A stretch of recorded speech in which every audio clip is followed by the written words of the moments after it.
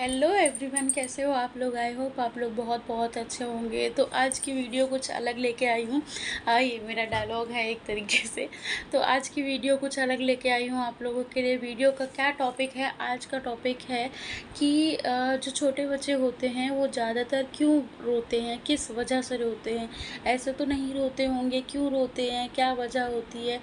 आप पहली बात एक चीज़ अपने दिमाग में डाल लीजिए कि जो छोटा बच्चा होता है उसका एक ही कहते हैं ना, एक पॉइंट है उसके पास कि रोना। ठीक है, क्योंकि उस टाइम उसे सिर्फ रोना आता है। तो अगर उसे कुछ भी ज़रूरत है तो वो हर बात पे रोएगा। आपको समझना है कि वो किस बात पे रो रहा है, क्योंकि आप माँ हो। माँ हर चीज़ समझ जाती है बच्चे को, क्या दिक्कत हो रही है, क्या नहीं दिक्कत हो रही, क्या चाहिए क्या नहीं चाहिए। तो ये चीज़ें धीरे धीरे आपको समझ आने लगती हैं जब आप उसके साथ टाइम स्पेंड करते हैं कि बच्चा क्यों रो रहा है। बच्चे का हमें एक एक टाइम टेबल समझ आने लगता है कि बच्चे को क्या चाहिए, इस टाइम क्या करना होता है, इस टाइम बेबी को क्या चाहिए होता है, इस टाइम क्या नहीं चाहिए होता है। तो हम धीरे धीरे सब कुछ समझने लगते हैं बच्चे के बारे में कि बच्चा क्यों रो रहा है, किस वजह से रो रहा है। कुछ पॉइंट ऐसे हैं जिस वजह से बच्चा रोता है, नॉर्मल है कि हाँ बच्चा इन पॉइंट की वजह से रोता है। पहला पॉइंट है कि सोने के लिए। जब उसका टाइम हो चुका है तब उसे सोना है और हम किसी और काम में लगे हैं, उसको सुला नहीं रहे हैं, तो वो बच्चा बहुत रोएगा, चिड़चिड़ाएगा, क्योंकि उसका टाइम फिक्स है। और जब टाइम फिक्स होता है तो वो हमें अच्छे से पता होता है कि हाँ बच्चे का ये टाइम हो रहा है। जैसे आराध्या का मुझे एक एक टाइम पता चल गया है कि वो किस टाइम सोती है, क्योंकि वो डेली का उनका रूटीन हो जाता है कि इतने बज गए, हाँ आराध्या का टाइम हो गया है सोने का।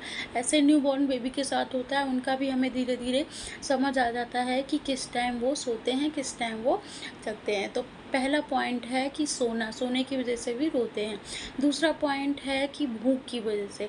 हो सकता है आपके बेबी को भूख लगी हो, आपको पता नहीं चल रहा है।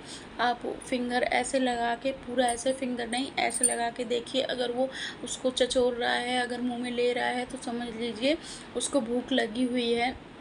तो भूख की वजह से भी बच्चा कभी कभी बहुत रोता है।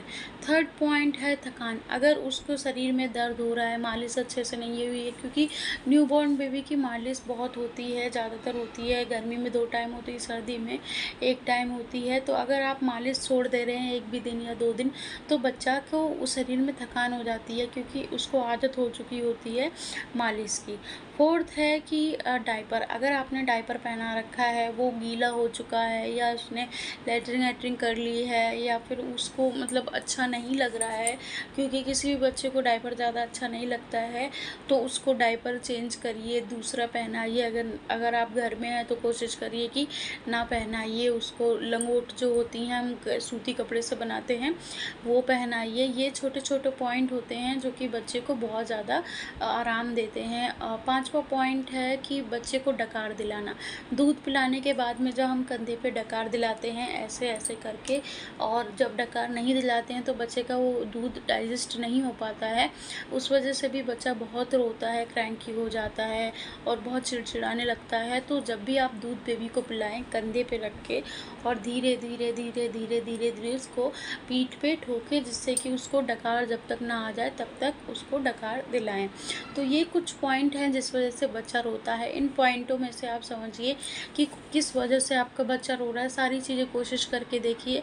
और देखिए, एक बात मैं बोलूँगी, जब आप अपने बच्चे के साथ रहने लगते हैं ना, तो उसकी सारी चीज़ें समझ आपको आने लगती हैं कि किस वजह से हो रहा है, क्या चाहिए, सोना है, खाना है, थकान है, दर्द है, सब धीरे धीरे माँ को समझ आने लगता है। तो टेंशन बिल्कुल मत लीजिए, सब कुछ धीरे धीरे समझ आ जाता है। मुझे भी शुरू में नहीं समझ आता है, बल्कि मैं भी रोने लगती थी बहुत सी बार। तो ऐसी कंडीशन हो जाती थी कि आराध्या तो रोती थी, मैं भी रोती थी, कि मुझे समझ ही नहीं आता था कि इसको क्या दिक्कत हो रही है। तो ये सब चीज़ें न्यू मॉम के साथ होती रहती हैं, टेंशन मत लीजिए। जहाँ 2-3 महीने हुए फिर धीरे धीरे सब समझ आने लगता है। तो अगर आपको ये वीडियो पसंद आई हो तो लाइक कीजिए, कमेंट कीजिए और शेयर करना बिल्कुल भी मत भूलिए। अपना ध्यान रखिए, अपनी बेबी का ध्यान रखिए, फैमिली का ध्यान रखिए। Take care, bye, Radhe Radhe.